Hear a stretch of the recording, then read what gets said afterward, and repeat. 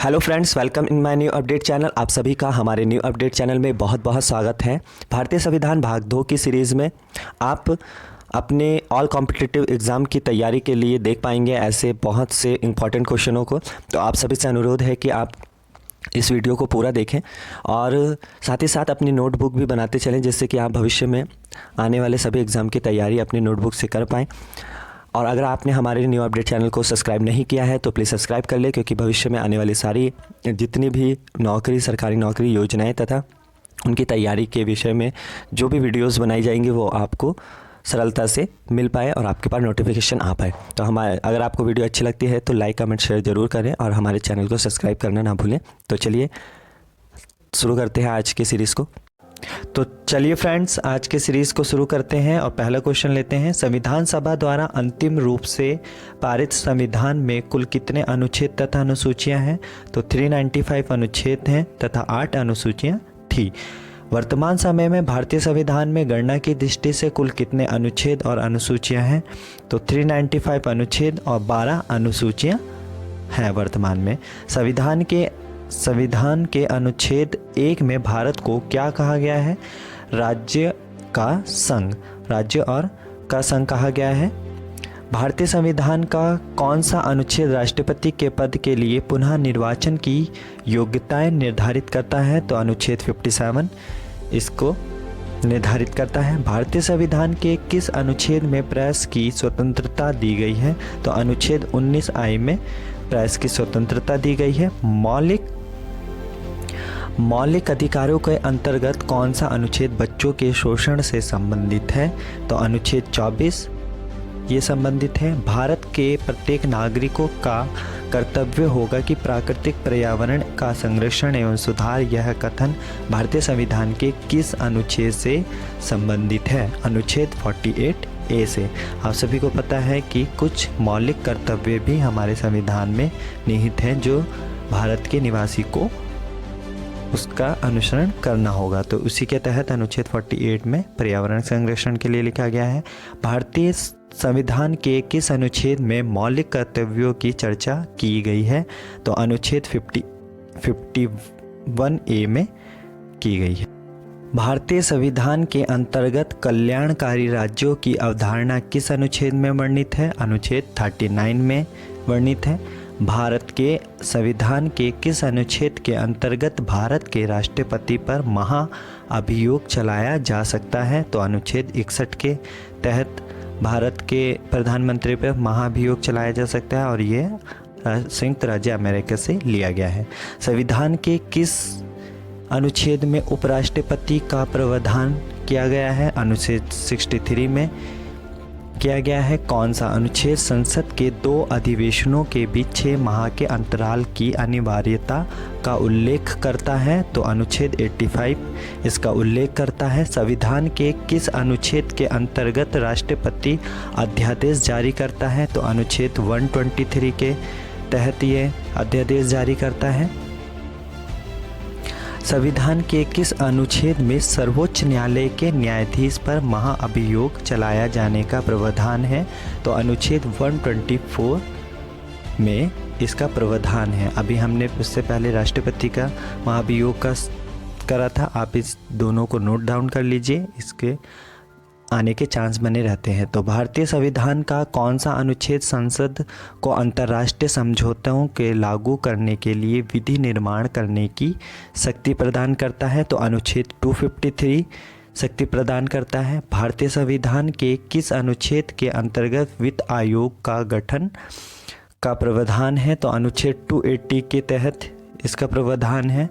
संविधान का अनुच्छेद 312 अर्थात 312 संबंधित है, अखिल भारतीय सेवा से संबंधित है। तो भारतीय संविधान के किस अनुच्छेद में अनुसूचित जनजातियों के लिए एक राष्ट्रीय आयोग का प्रावधान है? मोस्ट इम्पॉर्टेंट है ये, अनुच्छेद 338A में। आप इसे नोट डाउन कर लीजिएगा। संविधान के किस अनुच्छेद के अंतर्गत हिंदी को राजभाषा का दर्जा प्रदान किया गया है? तो अनुच्छेद 343I के तहत इसका दर्जा प्रदान किया गया है, ये भी इम्पॉर्टेंट है। संविधान के किस अनुच्छेद के अंतर्गत राष्ट्रपति राष्ट्रीय आपातकाल की घोषणा करता है? अनुच्छेद 352 के तहत। आप अब देख पाएंगे इसमें 3 तरह की आपातकाल होते हैं। आप इसके बाद देख पाएंगे कि संविधान के किस अनुच्छेद के तहत राज्यों में संवैधानिक तंत्र के विफल होने पर राष्ट्रपति शासन लागू किया जा सकता है?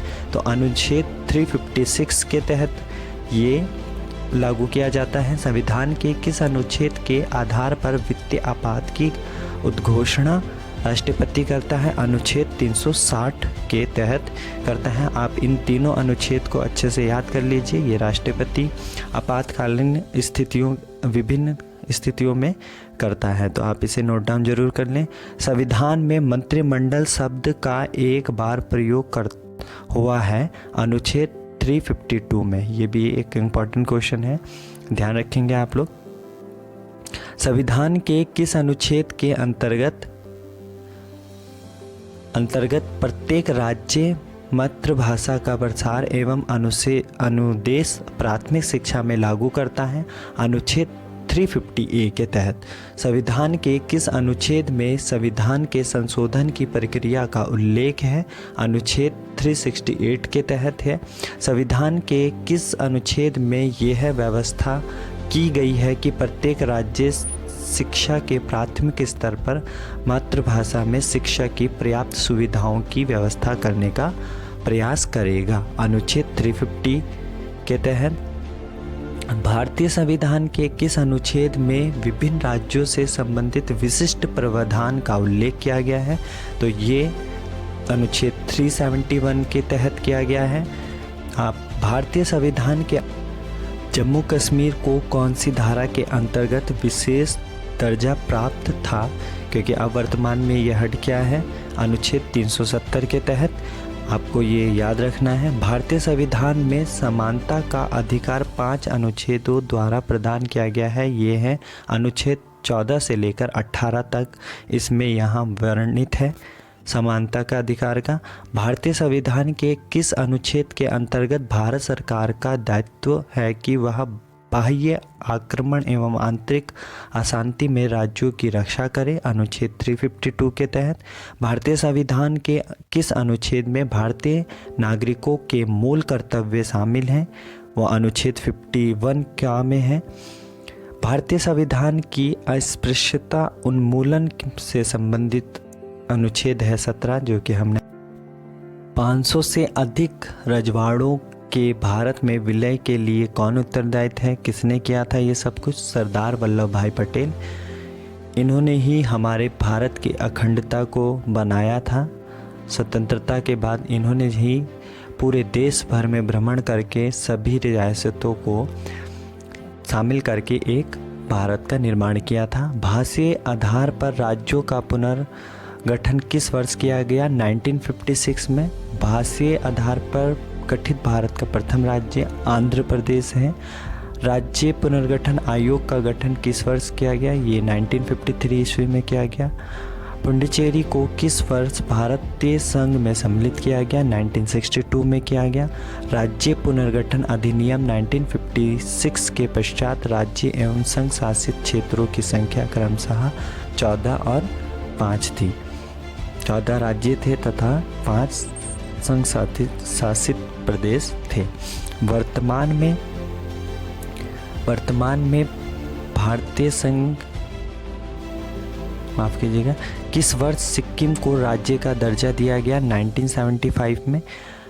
भारतीय संघ में सम्मिलित किया गया 28वां राज्य है झारखंड। झारखंड राज्य का गठन 15 नवंबर 2000 को हुआ था। इस समय हमारा उत्तराखंड भी गठित हुआ था 9 नवंबर 2000 में। उत्तराखंड राज्य के सृजन के समय 11वें वित्त आयोग ने इसे कैसे राज्य का दर्जा दिया था? ये विशेष वर्ग का राज्य था। संविधान के प्रथम अनुच्छेद के अनुसार भारत है राज्यों का संघ। राज्य पुनर्गठन आयोग की सिफारिश के अनुसार भारतीय राज्यों का व्यापक पुनर्गठन कब पूरा किया गया? 1956 में। हरियाणा राज्य कब बना था? 1 नवंबर 1966 को। भारतीय संविधान कौन सी नागरिकता प्रदान करता है? एकल नागरिकता करता है ये। किस अनुच्छेद के तहत संसद को नागरिकता के संबंध में कानून बनाने का अधिकार प्रदान किया गया है? अनुच्छेद 11 के तहत। देशीयकरण द्वारा नागरिकता प्राप्ति का एक तरीका है कि विदेशी पुरुषों से विवाह करने पर यहाँ की नागरिकता प्राप्त हो जाती है। नागरिकता के लोप होने पर का एक नियम है, देशद्रोह का अपराध सिद्ध होने पर यहाँ की नागरिकता खत्म की जा सकती है। नागरिकता प्राप्त करने व खोने के विषय में विस्तार से चर्चा की गई है 1955 के नागरिकता कानून में। कितने वर्ष लगातार बाहर रहने पर नागरिकता समाप्त हो जाती है? तो 7 वर्ष बाहर रहने पर ये नागरिकता खत्म हो जाती है। भारत में एकल नागरिकता की अवधारणा अपनाई गई थी इंग्लैंड से। मौलिक अधिकार संविधान के किस भाग में वर्णित है? भाग 3 में ये वर्णित है। भारत के संविधान का भाग 3 संबंध है मौलिक अधिकारों से।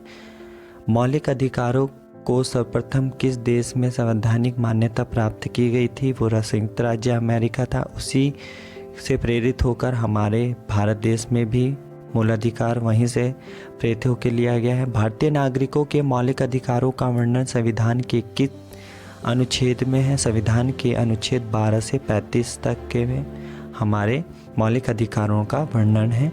भारतीय संविधान द्वारा भारतीय नागरिकों को कुल कितने मौलिक अधिकार प्रदान किए गए थे? 7 किए गए थे। अब एक संपत्ति का अधिकार निलंबित कर दिया गया है, हटा दिया गया है। अब हमारे संविधान में मौलिक अधिकार 6 हैं। मौलिक अधिकारों का निलंबन कौन कर सकता है? राष्ट्रपति कर सकता है। मौलिक अधिकारों के बारे में सुनवाई करने का अधिकार किसको प्रदान किया गया है? सर्वोच्च न्यायालय को प्रदान किया गया है। भारतीय नागरिकों को प्रदान किए गए मूल अधिकारों को क्या निलंबित किया जा सकता है? हाँ, निलंबित करा जा सकता है, वो भी राष्ट्रपति द्वारा किया जा सकता है। मौलिक अधिकारों का संरक्षक न्यायपालिका को बनाया गया है। मूल अधिकारों पर आवश्यक प्रतिबंध लगाने का अधिकार किसका है? संसद का है। मौलिक अधिकारों का प्रमुख उद्देश्य क्या होता है? व्यक्तिगत स्वतंत्रता को सुनिश्चित करना। जो हमारे भारत देश में रह रहे नागरिक हैं उन्हें स्वतंत्रता प्रदान करना है। समानता का अधिकार भारतीय संविधान के 5 अनुच्छेद में है, जो कि 14 से 18 तक है। भारतीय संविधान के अनुच्छेद में कौन सा विधायन सत्ता पर पूर्ण नियंत्रण लगाता है? वह अनुच्छेद 14 है। भारतीय संविधान की अस्पृश्यता उन्मूलन से संबंधित 17 अनुच्छेद है। भारत के संविधान का कौन सा अनुच्छेद प्रेस की स्वतंत्रता देता है? वह 19 अनुच्छेद है। प्रेस से स्वतंत्रता के किस अधिकार में निहित है? भाषण स्वतंत्रता के अंतर्गत है। भारतीय संविधान का कौन सा अनुच्छेद व्यक्ति के विदेश यात्रा के अधिकार का संरक्षण प्रदान करता है? 21 अनुच्छेद इसको संरक्षण प्रदान करता है। भारतीय संविधान के अनुच्छेद 25 का संबंध धर्म की स्वतंत्रता से है। मौलिक अधिकारों के अंतर्गत कौन सा अनुच्छेद बच्चों के शोषण से संबंधित है? अनुच्छेद 24। कारखाना अथवा खान